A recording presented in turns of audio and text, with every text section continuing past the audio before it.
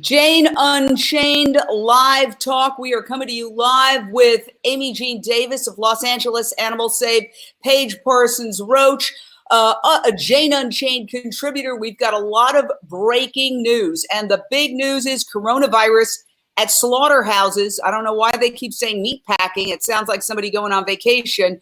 Slaughterhouses are worse than first thought. USA Today investigation finds headlines like this all over the nation and the world. Amy Jean Davis, are we seeing the beginning of a vegan tipping point here with the collapse of the meat industry? Something that even the head of Tyson referred to in full-page ads that he put in newspapers across the country, warning of a food supply chain breaking. We can get into that in a second. But do you see this as the beginning of the industrialized animal agriculture system breaking down? I do. The funny thing about plant foods is that a lot of them are pantry stable, so that when we come into pandemics like this, we don't have to dump millions of tons of plant foods like they're having to do with these animals, with the real live sentient beings. And so so economically, it makes more sense to be only producing food where we're not going to lose tons of it during a crisis like this. Now, what's so extraordinary is, all of us have been asking for years for mainstream media to talk about slaughterhouses and all the terrible things that happen there. And now this is a screenshot of MSNBC. Meat plants become COVID hotspots after poor handling of outbreaks. However, they say the word meat plants or processing plants or food processing plants or pork processing plants. They don't say slaughterhouse. They don't say pig. They don't say cow.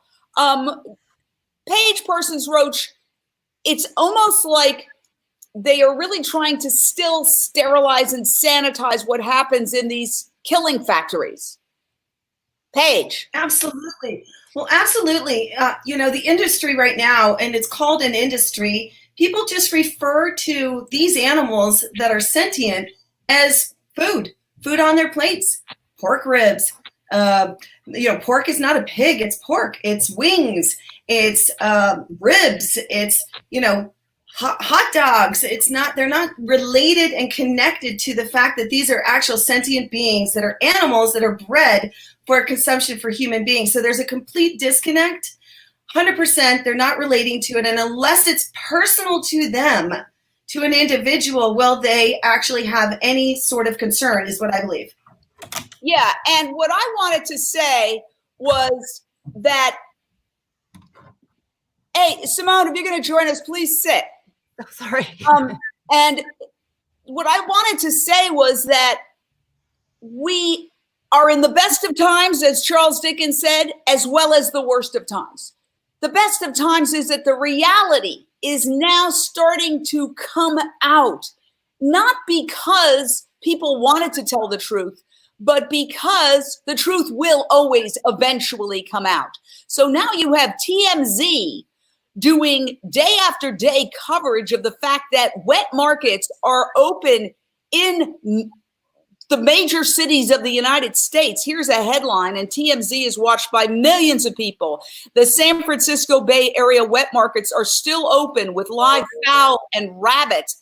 And, I would like to say that we were facilitating, providing TMZ with footage. I used to work for Harvey 11 years ago, and he's an old friend of mine, and he said, do you have any footage? And we started collecting it and sending it to him so that he could do these stories. And Adita Bernkrant, who was a Jane Unchained contributor and the head of New York class, actually had an incredible interview on TMZ where she talked as if she were talking on Jane Unchained about the horrors of the live wet market industry and the fact that there are 80 slaughterhouses, live wet markets in New York City alone. Something like that getting out on the mainstream media advertiser-based mainstream media to millions of people would have been unthinkable. Even as recently as a year ago, Amy Jean, do you see that as a breakthrough where people now are really having, it's like society is giving us permission to talk about what's happening in these killing factories? I think that people are coming to terms on some level with what comes from these vile places and the risk that they pose to human health, to environmental health. I think people are starting to see that. Sometimes all it takes is getting the information in front of somebody who's ready to hear it, who is open-minded enough to consider the truth instead of continuing to feed upon the propaganda from the industry. So I think people are starting to see it. And for many people, it's really triggering them because they're seeing how these industries are largely getting away with murder in all sorts of ways, and they don't want to see this continue for their children on this planet and for their fellow human beings who are falling sick to these pandemics that don't need to be in existence. Now, the head of Tyson Foods put out ads all across the country saying, warning, the food supply chain is breaking. Now, one of the big problems, and I actually wrote an email to a news anchor politely thanking her for reporting on the issue of slaughterhouses, even though she called it meat packing, and the killing of pigs and cows and chickens, even though she referred to pork or, they really dance around that the fact that these are animals being killed there. But I wrote a letter saying, please don't equate. Thank you for your coverage. Important to be polite. Thank you for your coverage. It's great that you're covering this issue, but please don't equate food shortages with meat shortages. It's actually the production of meat and dairy that's creating the food shortages because animal agriculture is the most inefficient food source. Animals eat so much more than they produce as food. 80% or more of the grain that is produced and of the soy that's produced goes into feeding farm animals. And I would say half the grain goes into feeding farm animals. It's not going to feed people and children who are dying of starvation in third world countries, Simone Reyes. Well, of course. And again, it's a lot about distraction, right? If they can distract with some other, research that isn't real, they can take us away. Our focus right now is on the wet markets. Our focus right now is on the bad things that meat is doing. So what are the abusers doing? Well, they're going to try to deflect and distract and create these smoke shows around it. But the fact remains that we know that, how many, 12 to 13 pounds of grain fed to an animal? What was 13 pounds of 8 to 25 produce 1 pound of meat to produce right. 1 pound of meat. It's insane. So when you know what the real statistics are, then you can feed the real statistics to the people. But again, you're not going to see that as much on mainstream media, which is why Facebook, Instagram, Twitter, even TikTok, we can do videos about animals on TikTok. It doesn't matter what the platform is, but we can actually feed the public the true faces of meat and the true numbers of what meat is. We will never get that from the abusers because we obviously are making real headway right now, especially with COVID and the fact that almost all of these pandemics stem from the abuse of animals. So let's try a screen share right now. Let's see what Rachel Maddow said about meat packing. That runs these big plants. Filed by an anonymous long-term employee at that plant. She's just identified in the legal filings as Jane Doe. And Jane Doe, in her lawsuit against Smithfield, alleges that people at the plant she works at have been working while sick. They've been working without protective equipment. There's a whole host of alleged irresponsible behavior by the plant that this employee is suing to correct. She is, interestingly, not suing for damages. She is just suing to try to force the plant to make the plant safe for its employees. All right, so we can't play too much of that without, that's a fair use clip, but what I'd love to analyze that because I want to applaud Rachel Maddow for talking about what's happening at the slaughterhouses. She's been talking about it day in, day out, not in terms of what happens to the animals, in fact, she even said, nobody disputes that this is an essential business, or words to that effect. But any port in a storm, she's at least talking about it, Amy Jean Davis. What were your thoughts as you listened to that tiny clip of her talking about slaughterhouses, which she calls meat packing plants? Well, immediately I think about the people, the workers that are in those places that are also abused and oppressed by the animal ag system. The USDA has said that up to 78% of their workforce are immigrants, and those people, you know, may not have workers' compensation if they were to get sick or injured. And especially during this pandemic, I'm seeing story after story after story of these people showing up to work because if they don't, even while sick, you know, they just cannot afford to lose the job.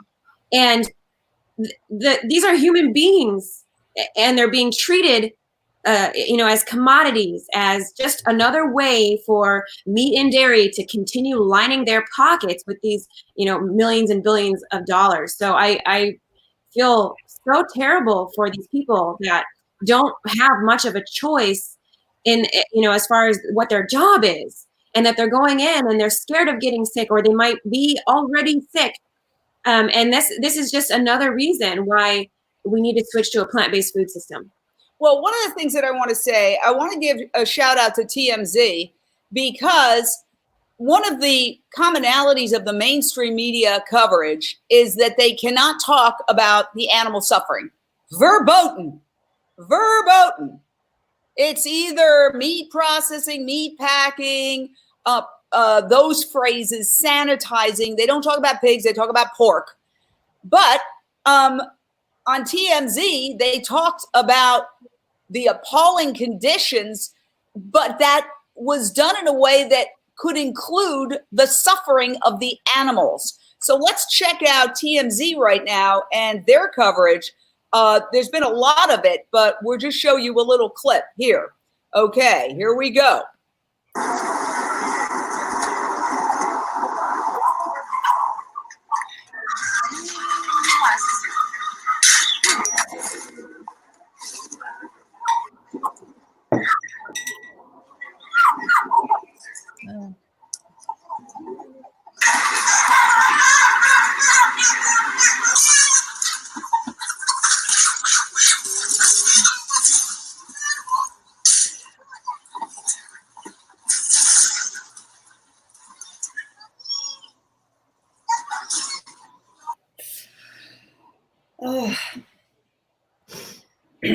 All right, so right there, I would say breakthrough moment, showing the actual body parts, showing the process, the opposite of sanitizing it and calling it a meat packing plant or a pork processing plant.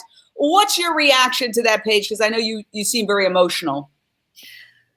I am emotional. I have been there on the sidelines watching those chickens come in on those high rise, stacked up, you know, seems like 10 feet tall, you know, 10 stacks of these chickens that have been traveling for who knows how long, you know, coming in the middle of the night, and it smells horrific. And to know that they're going to go beyond seeing them alive and then go into the slaughterhouse, it's horrific. You know, I think most people, most human beings, if they saw that, if they actually watched that footage, they would be appalled too. I just think back to when there was a campaign about Fairlife and Coca-Cola and the cows and the calves being. It was on mainstream media, the abuse of the cows, and most people were up in arms, and they decided not to consume that product at that time. But it's amazing how quickly human beings forget. So that did hit me. Well, a couple of things. One, we invite anybody who was shown on that video, or Fairlife or Coca-Cola, which bought Fairlife, on at any time. And, you know, they're back on the shelves. So, you know, so there's that. But I wanted to talk a little bit about the media coverage. I used two different examples. One is more mainstream, you know, the cable networks, Rachel Maddow, who were giving a shout out for covering it. because they could ignore it completely. This is advertiser-based media, primarily funded by meat, dairy, and pharmaceuticals, with an occasional car and insurance commercial thrown in. So they have avoided. I know I was in the mainstream media for 38 years, and by hook or by crook, I got stories on the air, but it wasn't easy. It doesn't take brain surgery to realize if your advertisers are those people doing negative stories about them, is problematical. So I applaud all the cable channels right now for looking at it. It's almost like they can't not look at it. Right. The leading hotbed, along with nursing homes, of COVID-19 in the United States is slaughterhouses, Amy Jean Davis. Yeah, it makes me question how much devastation is the meat and dairy industry going to do before they're getting called out on it. And so it's great to see that the media is covering at least the hot spots of COVID, if not talking more on why pandemics exist in the first place. Yes, and here was an article, an opinion piece in the New York Times. Our cruel treatment of animals led to the coronavirus. So there is this sporadic coverage. We've all seen, it's very sporadic, Simone Reyes. It's like even in the New York Times, they'll put that article up, and then in another section of the paper, they're offering chicken recipes and ham recipes. So there's the disconnect there, Simone. There's always going to be a disconnect, because even though we are making leaps and bounds in our truth telling and in our revolution, which is what this is, there's always going to be that disconnect, because that's the way that people were raised. And so that's our job as activists, to bridge the gap, to give the faces to the mother cow who screams for her baby for weeks on end or months on end, depending how long she's alive for, to show the face of the eyes of the terrified cow who's on a slaughterhouse line to be killed, and knowing exactly what fate is going to befall him. It's our job to show the blood and the screaming and the pleading that animals make with their bodies before they're going to be killed. That's our job. We accept it. It's hard for us. We have to look at the pictures. We have to watch the videos. And it's very easy for activists to lose faith in the media and in individuals. However, I think that most of us, as Paige said, I think most of us, when we show these videos one-on-one, the screaming, the blood, most people turn away. And that is our secret weapon, because if you can't watch it or participate in it one-on-one, then you shouldn't be paying other people to do your dirty work. And so we have to have faith in humanity, that once they actually are shown these images, that they understand that they can live a healthier and more ethical life being vegan. So Amy Jean Davis, you are the lead organizer of Los Angeles Animal Save, which is part of the SAVE movement, where you hold vigils outside slaughterhouses that are similar to this one, where pigs are killed. All of us have been there with you, but you're there religiously every week until this COVID-19 made it impossible due to social distancing. How does the SAVE movement dovetail with this new upswing in coverage of, they call it meat packing, but we know it's slaughterhouses, it's killing factories? Well, we're just trying to get people to look at the stories that are being shared and know what they're looking at. When they talk about a meat packing plant, they're talking about a slaughterhouse, a place where very scared, very abused animals go in and are stunned in some awful way, have their throats slit, their hearts are still beating so that they can pump their own blood out of their body, and then dismembered and sent along for human consumption, which is just hard to comprehend. But we're trying to share these stories, these new stories, and get people to see them and read them, and hopefully this will actually inspire a lot more people to say, well, I want to come down and see for myself. And I hope that it will actually cause more people to come down and see the animals and see these victims, so that they can say, I've seen them, and I'm choosing to no longer have dead animals on my plate. Now, there's another factor here. The meat and dairy laden diet, which has led to 2/3 of Americans being overweight or obese, but particularly obesity is linked to severe coronavirus disease, especially for younger patients. Another right out of, I believe this is the New York Times. So is that another factor? In other words, I see it as multi-determined. There is not one thing happening. This is a three-dimensional chess game, or whatever analogy you want to use, going on right now, where you have all of these different sort of dynamics at work. First thing I thought of was, oh my gosh, when this shutdown happened, I hope the vegan restaurants don't go out of business. We've got to support the vegan restaurants. Now you have incredible organizations like Support and Feed, which is basically getting people to donate to the vegan restaurants so they can stay in business.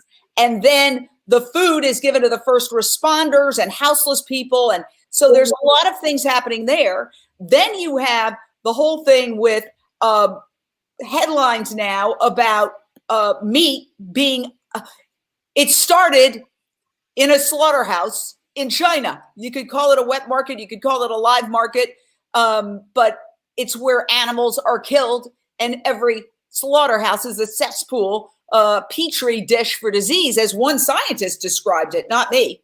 And so you have that factor. Then you have the factor of the coronavirus outbreak in the slaughterhouses, where at some point a few days ago, the largest outbreak in the United States was at a slaughterhouse. And now you have, for example, one slaughterhouse where 5 workers have died. And I actually interviewed the union president who was on the Rachel Maddow show yesterday. And when I interviewed her, 3 had died, and now 4 had died. So 5 have died. So you're seeing the human tragedy. Okay. So there's this convergence of factors. And then you're hearing the president of Tyson talk about food shortages. Then we are trying to counteract with, no, it's not food shortages. Meat shortages actually increase food shortages because meat is a very inefficient food source. Animals eat so much more than they produce as meat or dairy. Then, Amy Jean, you have the problem with, well, it's not a problem, but the development that the dairy industry is circling the drain because school children are not being force-fed the breast milk of a cow because schools are shut down. Do you want to comment on how all of these disparate forces are sort of coming together in what could be a perfect storm that could help us hit the vegan tipping point?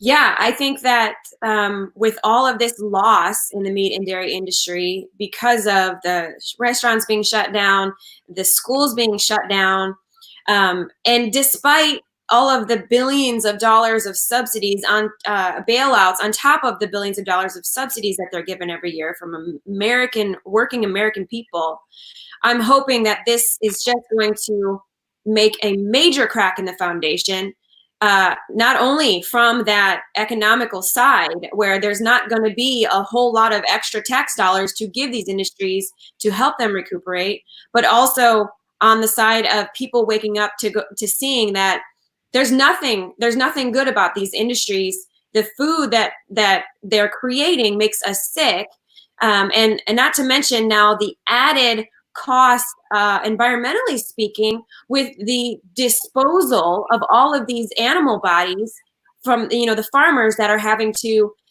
kill the animals on site because they can't send them to the slaughterhouses because they're being shut down because of COVID-19, and they don't have enough room, nor are they willing to spend the money on the food, water, and antibiotics required to keep these animals alive until the slaughterhouses are open. So these animals are being dumped into, just garbage dumps, landfills.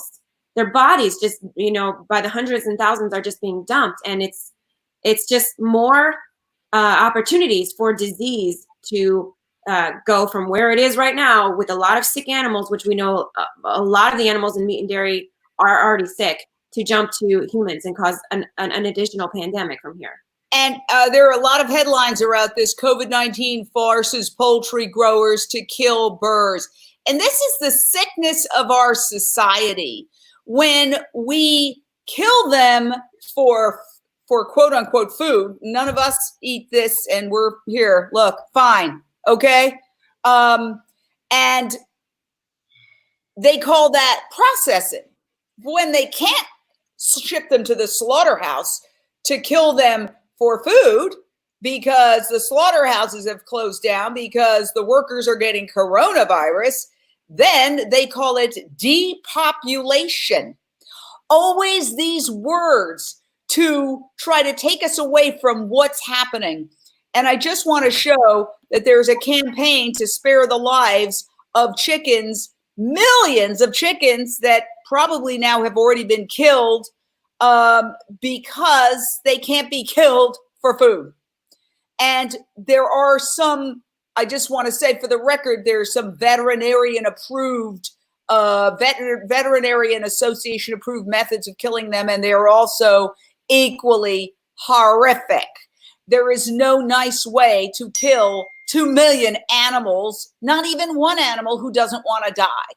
So what's happening now is we have been living in a world of cognitive dissonance and willful blindness, where people want to pretend their meat patties fell from a tree and they are ahimsa and peaceful, loving people while they co-sign, subsidize, and order the hit. And now that cognitive dissonance is being shattered as people are forced to look at what really, really happens with their meat supply.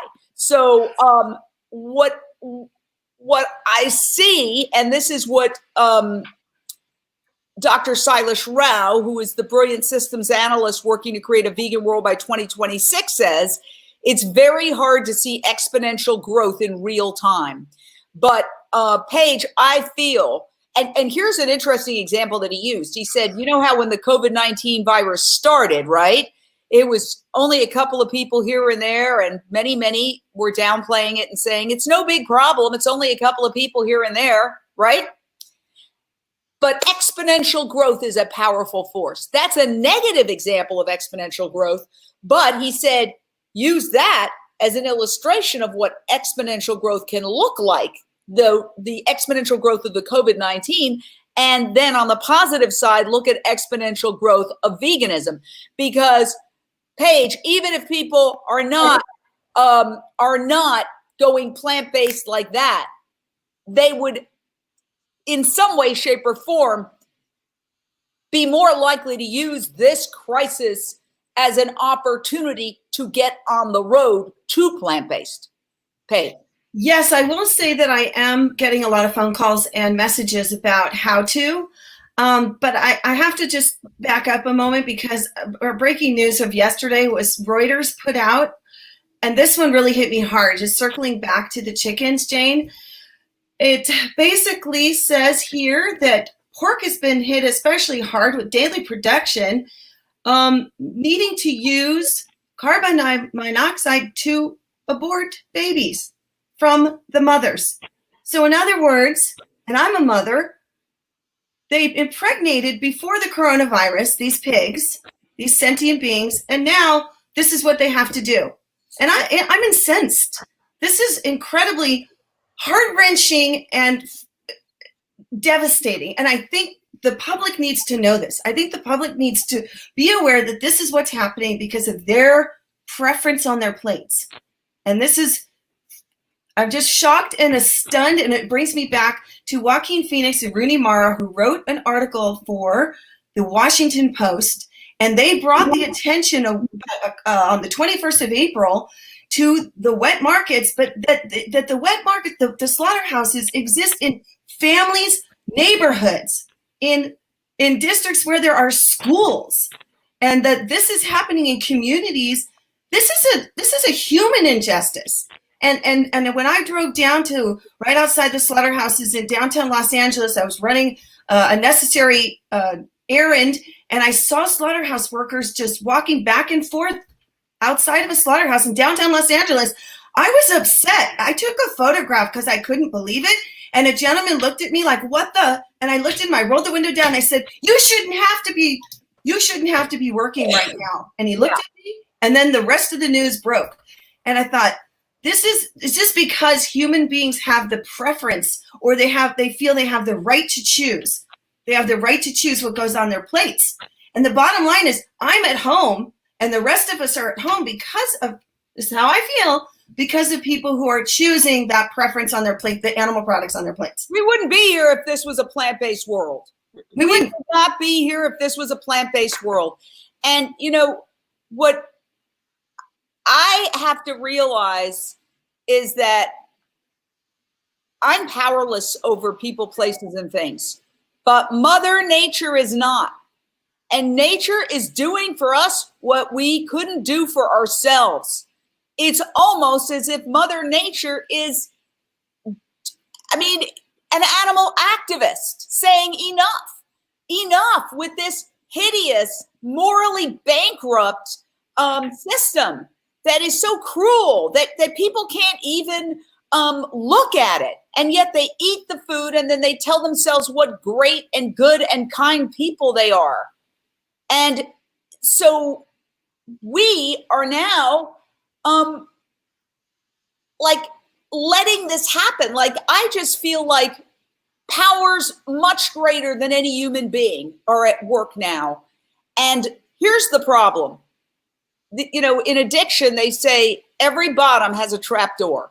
In other words, this could be bottom for meat and dairy, or there could be a trap door under this, and we may have to fall even further down. And the next virus, and there have been articles published about this now that aren't getting a lot of mainstream media coverage, but the next virus, if it's a bacterial virus that starts in a factory farm where all the animals are almost genetically identical because they've been bred to be that way, and where it can spread far more rapidly because they are kept concentrated, it could be literally a plague on the level of the plague that hit Europe in the Middle Ages. Amy Jean. The World Health Organization recognizes that one of the largest risks, the largest dangers to human health right now is antibiotic resistance because of these superbugs that grow in the factory farms. This is a way that nature is expressing you're doing the wrong thing, because when we breed all of these animals into existence and keep them by the hundreds and hundreds of thousands all together like this, with all of their waste just on their bodies and everywhere mixed with the food, that is the wrong way of doing things, and that's how diseases develop and spread. So it is Mother Nature's way of saying this is the wrong way to feed human beings. And we don't have to feed human beings animals. We are physiologically built to be healthiest eating a plant-based diet. And so nature is saying, you know, this is the wrong way of doing things. You're just going to create more sickness, more disease, and more death by raising these animals for food. And Jane, if you'd like, I've got a clip tidbit here on describing the depopulation that we were talking about specifically with pigs, because I think that a lot of people, when they hear, oh, slaughterhouses are shut down, yay, that's good for the animals. It's not good for the animals either way, because if they're not being shipped to the slaughterhouses, they're being depopulated on the farms, and that can even be a worse death, as I can describe for you if you'd like. Sure. And of course, we can't say any particular company is using this method, but this is just one of the possibilities. And again, they are all terrible. All of the possibilities are horrific. This is from, you know, a veterinary medical association. This is their website. So this is how we depopulate pigs. And it's by ventilation shutdown, which involves closing up the house, shutting the inlets for the air, and turning off the fans. Body heat from the herd, the pigs, raises the temperature in the house until animals die from hyperthermia. And now they go on to say, to achieve this goal of 100% mortality, additional heat sources or the addition of carbon dioxide may be needed. Now, a case study in the United Kingdom involving pigs that experienced a ventilation failure event showed that 100% mortality was not achieved within that particular warehouse design, even after 16 hours. 16 hours. Yeah.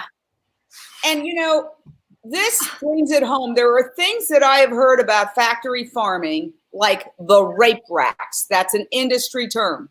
None of these animals are making love on these factory farms. Please share out so somebody who is not yet plant-based can get this information and have a moment of clarity, okay?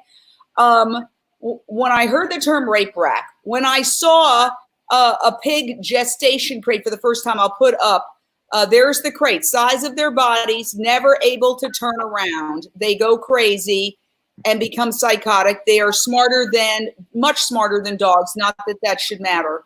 When I heard that veterinarians practiced how to rape cows while they're about to be slaughtered, because that was a time where they could inseminate them and just make their mistakes because they're going to be slaughtered anyway.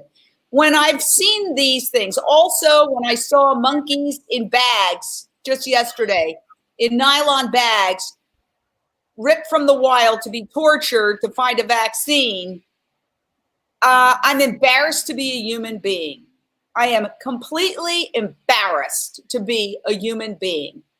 And when we have food that looks just like the dead animals, that tastes just like the dead animals that we can eat, and I'm just showing you vegan pastrami that was on Shark Tank, that Mark Cuban, who's now vegetarian, invested in. And the list goes on, Beyond Meat, Impossible Foods. We have made it so easy, not we, great minds like Ethan Brown, the founder of Beyond Meat, have made it so easy. You want your comfort foods? The arrogance of the human species just defies my imagination. But I remember, Simone Reyes, the words of the brilliant Dr. Rao. He said, the truth will come out. And I believe now the truth is coming out, Simone. Well, thank God for, Jane Unchained and World Animal News, and now some of the main media outlets that are showing the truth. It's taken us a long time to get here. It's taken us a pandemic that we have no idea how to control right now. The only thing that we do know how to do is to try to stop it from happening again. Even once we get this vaccine, even once we get a treatment that works, what good will it be if we just continue to have more? I mean, we know about the bird flu and the swine flu and SARS and all of this constantly coming back to animals over and over and over again.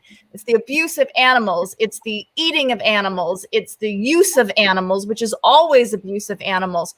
Here we are. So what have we learned from this? What have we learned from having our mortality right in front of us, the mortality of our grandparents, people that have diabetes, people that have heart diseases again, that are the risk factors go way, way up because of cholesterol. And where do you find cholesterol? Only in animal products, not in plant-based diets.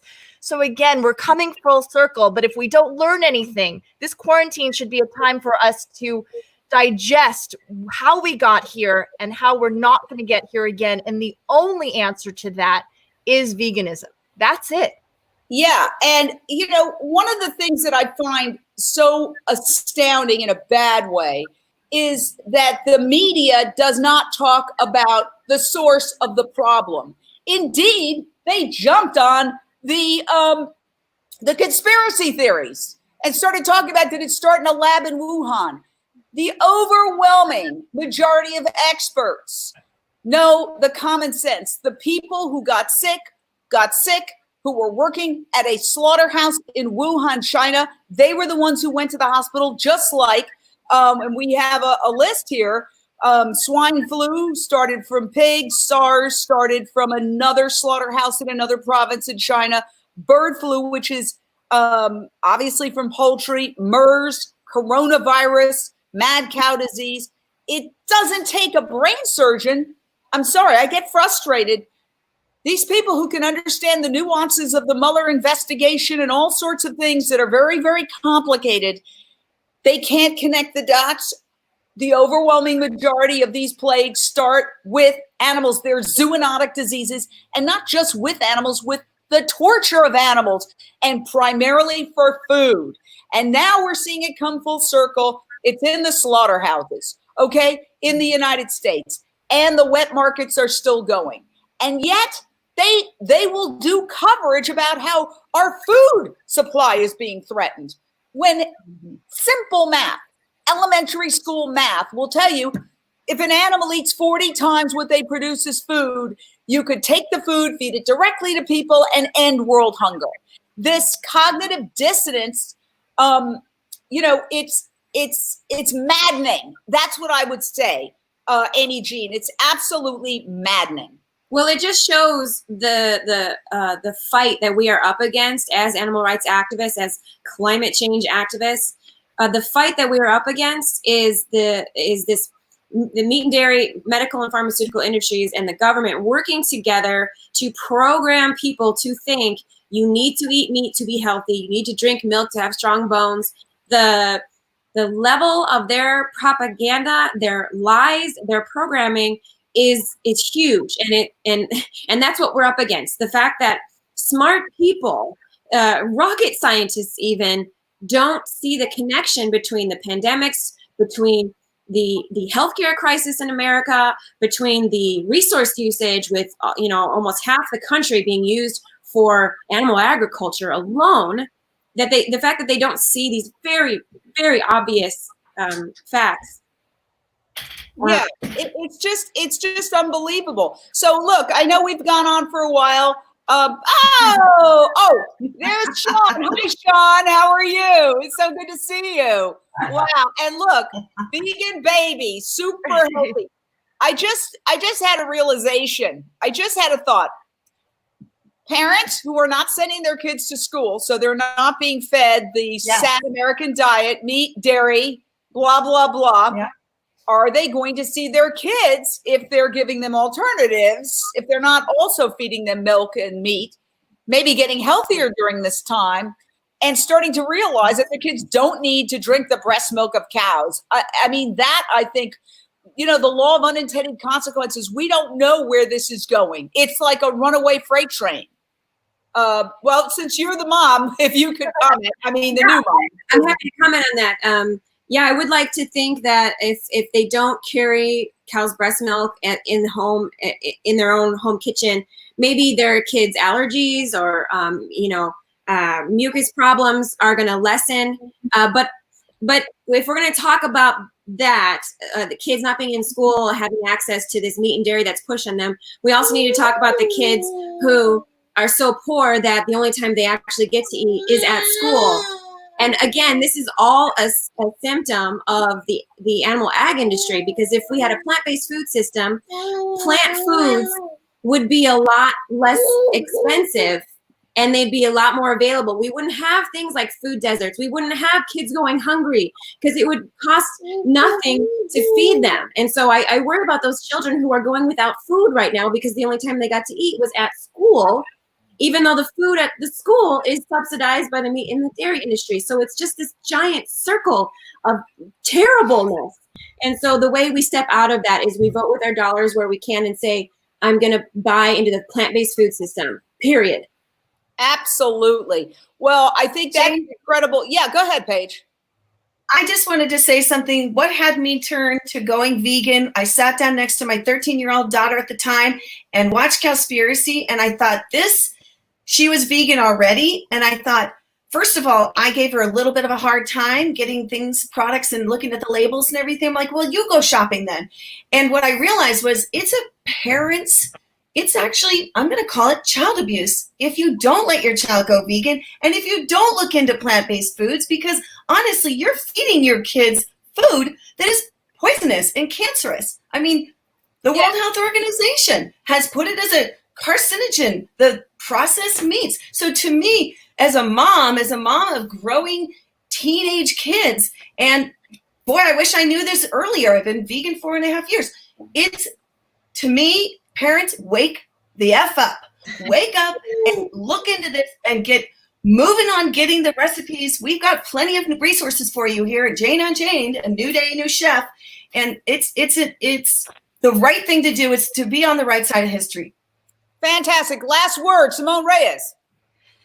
I'm very sorry that it took a pandemic to start waking up mainstream media, but let's take advantage of it. So for every activist out there, use your voices. This is the time to go live at every opportunity that you can. Every time that you're making your vegan meals in quarantine, use your Facebook and your Instagram and your Twitter and everything else, and continue to hashtag, veganism and plant-based and animal rights and animal abuse, because this is the time when all eyes are on us during a quarantine. Everybody is on their phones, on their computers, and watching TV as well. But this is the time to make a difference. I'm sorry it took a pandemic to get us here, but we're here. Let's do the best for humans and animals alike.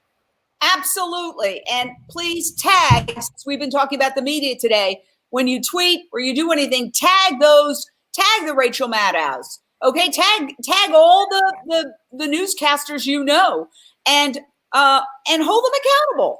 And again, let's give them compliments for at least talking about it. Progress, not perfection. So I am so thrilled to have all of you. Please stay safe. Thank you so much. Continue your amazing work, and we'll talk again soon. Thanks for watching Share Out, okay? Thanks. Bye. Bye.